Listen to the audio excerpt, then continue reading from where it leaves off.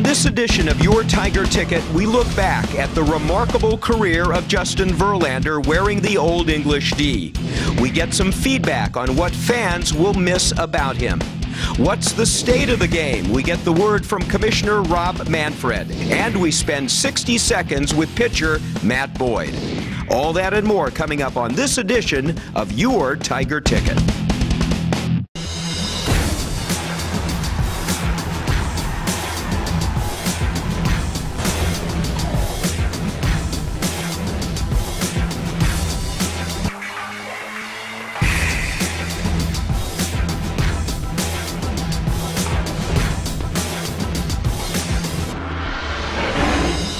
Hi, everybody, and welcome to Your Tiger Ticket. He was drafted as a 21-year-old out of Old Dominion University. That was 13 years ago, and he would ultimately become one of the best pitchers in club history.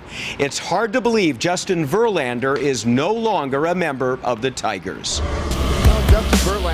For more than one-third of Justin Verlander's life, he's been a Tiger. Selected in the first round of the 2004 draft, Justin developed into the ace of the Detroit pitching staff, setting standards that would be hard to top.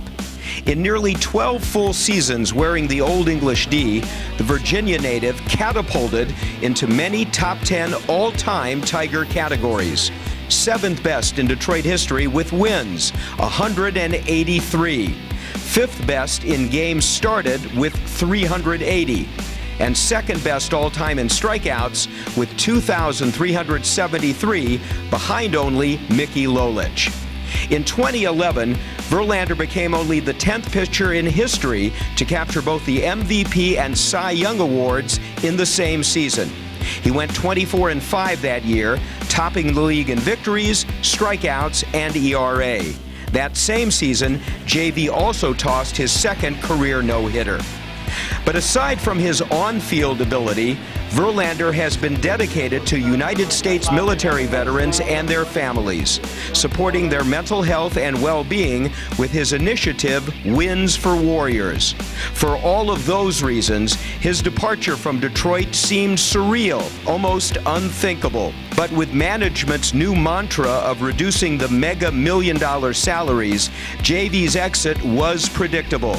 Plus, he was certainly enticed by going to a legitimate World Series contender. It all came down to a last-hour decision, Verlander agreeing to a trade with the Houston Astros.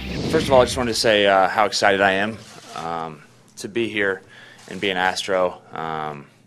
Obviously, this was a pretty emotional decision for me, being in one place for so long, and you know, it really felt like family there, and I'm excited for my new family. Hopefully we can bring a championship to a city that really could use something like that right now, and hopefully I can be a part of that, and you know, we can give the city something to rally around. It's a very intense and difficult day, obviously.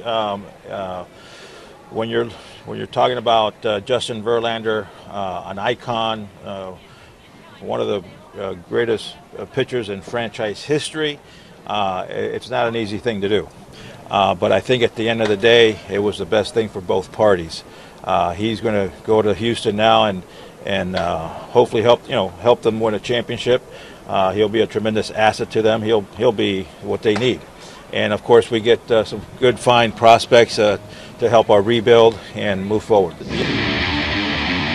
Although Verlander looked somewhat foreign to Tiger fans in that Astros uniform, they sure recognized his pitching prowess as Justin struck out 7, giving up only 1 run to Seattle and getting the win in his Houston debut. A lot of nerves, a lot of excitement. I think the most thing, or the closest thing I can compare it to is opening day.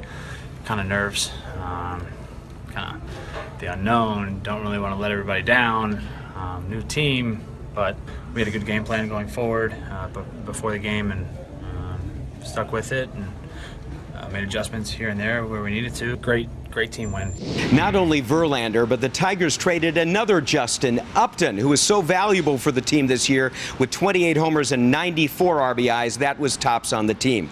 So Detroit has a new philosophy of rebuilding the organization with smaller salaries, and we're seeing a dramatic change in the makeup of the club. That includes not renewing the contract of manager Brad Ausmus. We will not be extending the contract of Brad Ausmus for 2018. So obviously we will not be bringing him back for next season. He understood the reasoning, which obviously, we didn't win. The organization, the club got to a point where we needed to change on the field. We needed to change the roster. And so we felt that it's a new beginning, a fresh start, and we'll have fresh leadership, a new leadership as we move forward. Al and I talked a couple days ago, and we had probably, 45-minute conversation. Al and I become very good friends over the 4 years I was here, so it was a little emotional. He told me he wasn't going to bring me back, and quite frankly, I told him I completely understood. Told him if he had walked in and offered me a contract, I probably wouldn't have come back, because I think this team, this organization is starting over. They need a new voice, and sometimes you got to be able to evaluate yourself. So when I look in the mirror, I think it's probably a good idea that they do this. So I'm completely comfortable with it. Al Avila is now the prime architect of the rebuilding process for Motown's baseball team. Dave Dombrowski's protege understands that tough trades had to be made this summer, setting the Tigers on a path that will have many challenges ahead. And we may be seeing the future at third base in Jeimer Candelario, who came over from the Cubs in the Wilson and Avila trade. He was hitting more than 300 in his first weeks with the Tigers. The Tigers are also anxious about the health of Victor Martinez. He has some heart irregularities and underwent cardiac fibrillation surgery. Michael Fulmer also went under the knife to his elbow, and we wish both of those guys well. The commissioner came to town and had some interesting things to say about the national pastime. That story when we come back. Now it's time for your Tiger Tickets Tiger Trivia, brought to you by Xfinity. Which baseball card set is considered the most valuable of all time, according to certifying officials at Professional Sports Authenticator? We'll have the answer for you later in the show.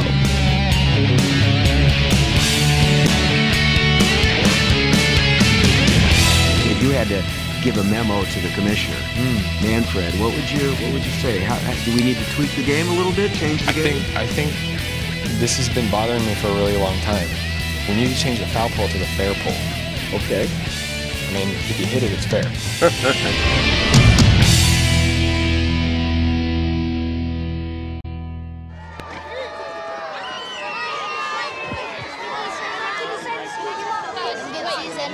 Thank you. There you go.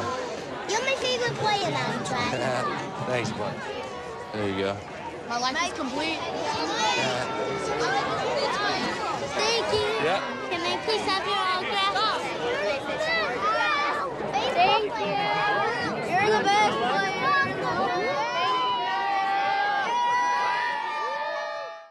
Hey, look, it's those guys. What's up? What's happening today? Let's hit those pearly whites, man. Yeah. The boys, check it out.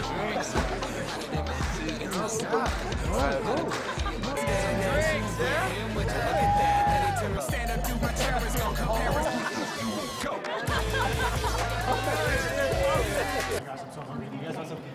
Ooh, cute. Are you good to drive? I'm fine. Hey girl, what's the sound? What's the name? What's good? What's up? How many did you have? I should be fine. You should be. Sir, go and step out of the vehicle for me. Yes, sir. See ya, buddy. Today, Sean's got a hearing. We'll see how it goes. Good luck. So turns out, buzz driving and drunk driving, they're the same thing, and it costs around $10,000. So not worth it. America's veterans have sacrificed so much to protect our freedoms. And we need to show our gratitude.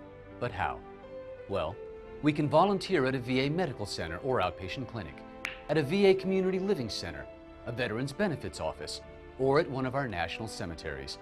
We can also contribute online to help support veterans programs. Let's show our nation's heroes just how much we care. Volunteer or donate today to thank America's veterans.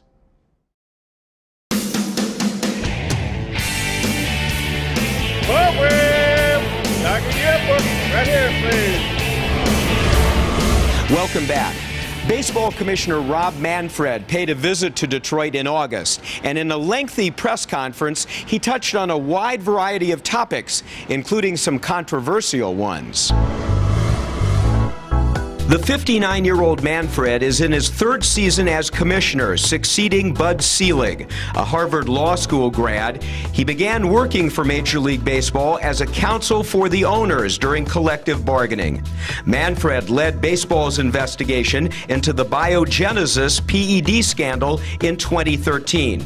And with performance-enhancing drugs supposedly out of the game, is there an explanation as to why home runs are flying at a record pace this season? I think the problem is that there probably is not an explanation. I suspect it is a variety of things going on. You know, like all professional sports, our athletes are bigger, stronger, faster. I think our game is being taught differently. I was at the Little League World Series on Sunday. You see it even at that level. There's a much greater tolerance for strikeouts. Kids swing the bat looking to hit home runs, and I'm sure that's part of the explanation. But I'm not sure how, whether it's even possible to weight those various explanations and come up with a good explanation. We're paying a lot of attention to it. We really are. You know, our game over its history has had a way of ebbing and flowing, and we're watching very carefully to see whether this is going to be one of those things that kind of comes and goes. Our study of the baseball is the best study because it's part of an ongoing effort. Larger samples of baseballs. By the way, not only do we test independently, Rawlings is a really good company that delivers a quality product and does a lot of testing on their own to make sure the balls are to specification. I'm comfortable with the results of those testing, that there's nothing that is dramatically different. There's nothing significantly different, let me use that word, in terms of the baseball that would account for the sorts of changes that we've seen. I know there's been a lot of commentary about it. I think the one thing you need to appreciate when you talk about testing baseballs and specifications, baseballs are handmade products. You know, it's not like they're mass-produced and they're going to be exactly the same. They may be a little different because it's handmade, but, you know, handmade products are handmade products. That opinion differs from others, including Hall of Famer Jim Palmer, who we interviewed earlier in the season.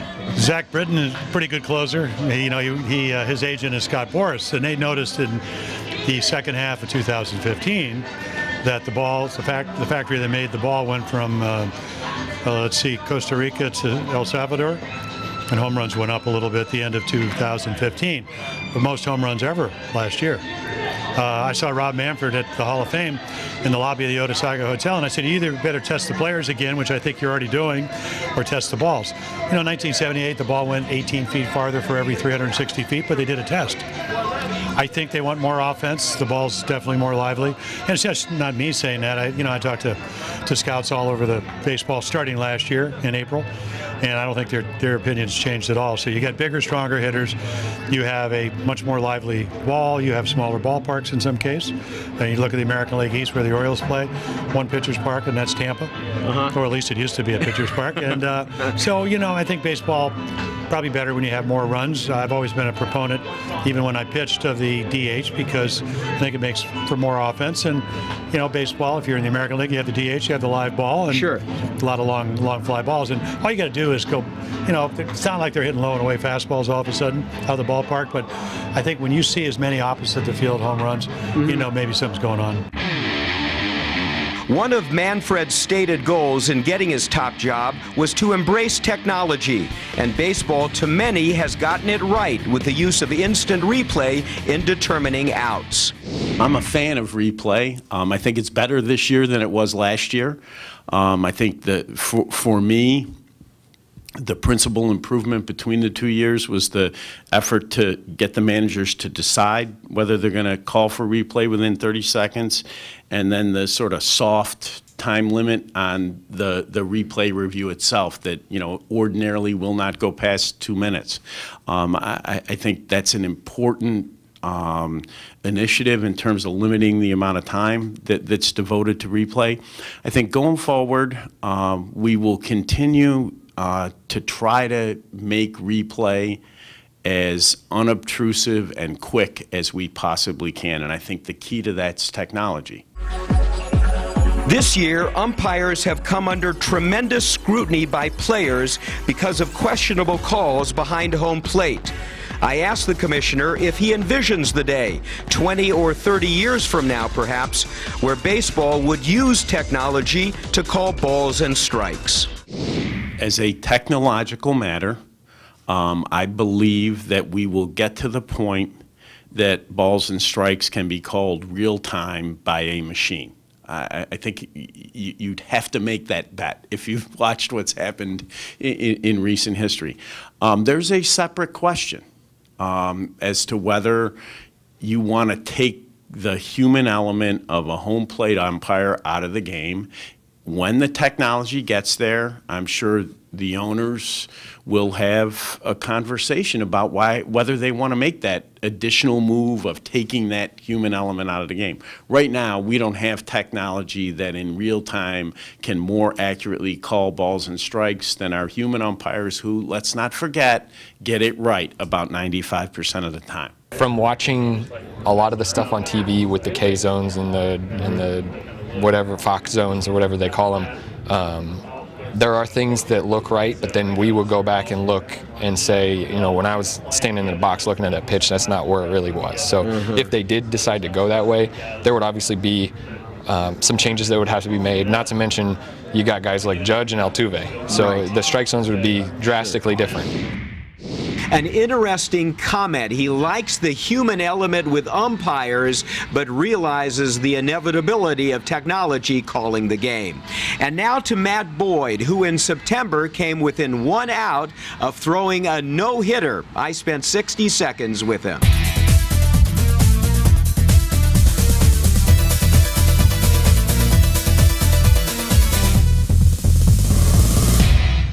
You came probably the closest anybody could ever come to a no-hitter. What was the feeling like? I'm just very grateful. It was an awesome experience, and grateful to take it 9 innings, no runs anytime. How disappointed were you, or was it a sense of relief that you got that monkey off your back a little bit, so to speak? Neither, really. It just after the hit happened, it was just okay. Next pitch, you know, job is not necessarily it. This job's not letting anybody score. So it was just get the next pitch, get the next out. During the whole time, were you nervous at all? How were the players treating you, your teammates in the dugout? Yeah, I really wasn't nervous at all. Guys were just normal with me. It was just like any other start. It was pretty cool. I was looking at the stats. Only 6 other Tigers in history have thrown a no-hitter, and you would have been the 8th time it's ever happened. So it's rarity. It is. It's flattering, you know, and I'm grateful for the experience. And what is your goal for the coming years? Set any goals? And obviously, you want to win as a team collectively. But any personal goals? Personal goal is just to dominate today, come out tomorrow, and not really get outside of that. Well, you know, you've got a no-hitter somewhere in that arm, somewhere. Definitely. If it works out, I would gladly take it. If you are a collector of baseball cards, and I certainly was, you know the value of those cards. I was a big Harmon Killebrew fan, and here are a few of my Killebrew cards. Killebrew, the 1964 home run champion. Well, the Tigers and Topps, that's the baseball card company, they have teamed up for a version of the fan favorite, with proceeds going to a very worthy cause. The Detroit Tigers Foundation, as part of its Autographs for a Cause, has partnered with the Topps Baseball Card Company to launch a special edition series of 2017 Tigers autographed baseball cards. Since 2011, Autographs for a Cause has raised more than $200,000 for local and national charities. Tigers Foundation Director Jordan Field says the baseball cards are special in many ways. Players love it. You know, for a player to see his own special limited edition Topps card, it's great, and to know that the proceeds go to a charity that's important to them and important to their family, it's been a win-win for everyone involved. The required donations range from $15 to $25, and players such as Michael Fulmer and Ian Kinsler and Matthew Boyd and Daniel Norris are participating, and they match every donation made by the fans. So for a $15 donation, you get an autographed baseball card from Matthew Boyd, and he matches it, and those $30 go to the charity that he has selected. So it's a great partnership, and we appreciate the fan support, and I think it's wonderful the players are matching those donations. Topps created custom limited edition baseball cards for each player, of which approximately 200 will be signed as part of the program. The cards feature the player and the Detroit Tigers Foundation logo on the front. The back of the card includes player stats like traditional cards and is numbered as part of the Autographs for a Cause team set. We started the program probably 15 years ago when Jeremy Bonderman was a young player in our system, and the one player, Jeremy, the program then grew to now 10 players who are participating in the program, and thanks to Topps, we have these special limited edition cards, so my hope is that Topps will continue to partner with us and the players will continue to want to participate as well. Coming up, fans tell us their favorite memories of Justin Verlander in the Old English D. And we'll have the answer to this month's trivia question when we return on Your Tiger Ticket. But before the break, here's a look at some important dates in the 2018 season.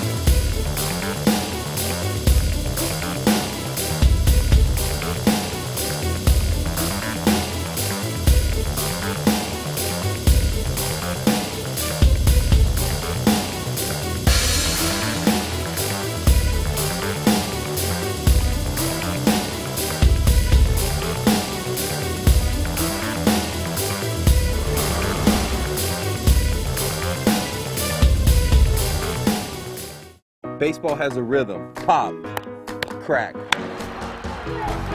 It's the sounds of opportunity. That's why Good Sports helps kids get in the game by getting them the equipment they need. To learn more, please visit goodsports.org. I pay attention for a living. I watch plays and make important calls. While I'm busy watching the game, I need your help keeping an eye on the stands. If you see something suspicious, make the right call. Tell a law enforcement official.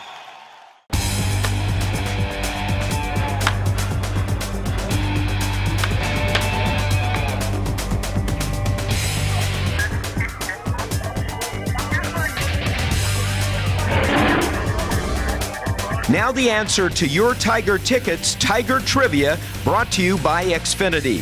Which baseball card set is considered the most valuable of all time, according to certifying officials at Professional Sports Authenticator? The answer?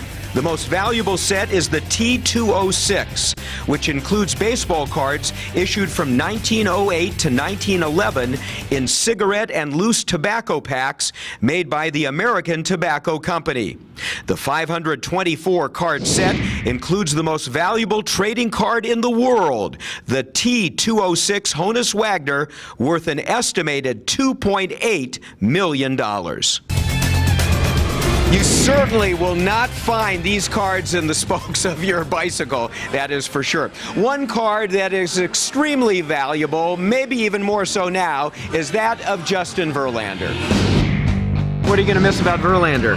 Probably the tremendous effort that he would give every night, the consistency, the fact that he was a real Tiger at heart, that you can't look at too many ball players like that have played for the Tigers the last 15 years that really was a Tiger from beginning to the end, and you hated to see him go, although it was the right thing to do for the Tigers to let him go. His whole career had been here, and I had hoped he would play for Detroit his entire career. But I appreciate the fact that we were not winning, and he had an opportunity to go to a team that's going to the playoffs. So it was great to see him running around the stadium, high-fiving all the fans and everything, but that should have been here. You'll miss him, right? Oh yeah, oh yeah. What's your favorite moment? The first no-hitter, I actually was at the game, so yeah, it was a lifetime memory for me. Are you going to miss him? Oh yes, we're going to miss him. I don't know why they got rid of him. I'm going to miss his intensity when he was out there, and he pitched so fast. We were just talking about it to one of the ushers that when he came to a Justin Verlander game, you knew he was going to pitch quick, and you knew it wasn't going to be a 3-hour game. It was going to be a 2.5-hour game for you that day. And I loved his intensity, his competitiveness. You know, you could see him in the dugout even when one of the players would get a hit. You know, he was jumping up and down over there. And this is a guy that didn't need to do that. Basically, when he came out in '06, he's been my favorite player since he first came up with us. So my first shirt I really bought was Verlander, and I didn't wear it today because I'm mad at him. You're mad at him? Yes. Okay. For leaving the Tigers? For leaving us, but he's on to bigger and better things, but it is what it is. Great pitcher. Great pitcher. And he's been in Detroit for 13 years. He's a hometown hero. They needed to do it, but there's not many players I can point to that was like what I'll call a real Tiger, going back to players like Al Kaline and where I go back to, the old Tigers, Norm Cash and those guys that were longtime Tigers. There are not many longtime Tigers. I'm happy for him, you know. I'm excited for him and J.D. Martinez and Justin Upton, and you know, they're doing great. Representing Detroit, and they will always be Tigers. Good. Whenever they come back, we're going to cheer for them like we cheer for Austin Jackson, like we cheer for everybody. With Alex Avila, they're going to always be Tigers. Would you buy a Verlander number 35 Astros uniform? I don't know if I would. I don't know if I would or not, but... For a dozen seasons, Verlander was the face of the franchise, and his presence will reverberate in these parts for years to come. And for the more than $2 million that he's raised for military families, well, that really solidifies him as a true hero. We'll miss him wearing that old English D. Some final thoughts coming up after this.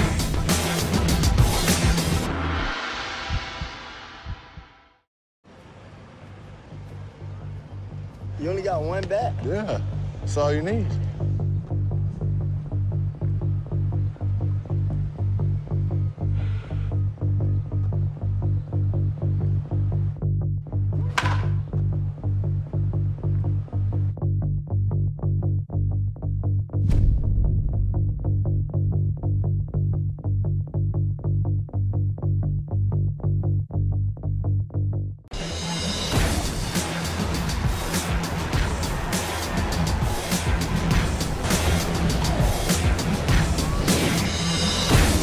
It's been a transformational final few months of the season. The Tigers have seen a seismic shift in the direction of their ball club. They got rid of stars J.D. Martinez, Justin Verlander, and Justin Upton. And General Manager Al Avila tried to mollify the fans, writing a letter to season ticket holders, admitting the frustration of the organization, saying the club will invest more of its resources in player development and also stressing the importance of winning.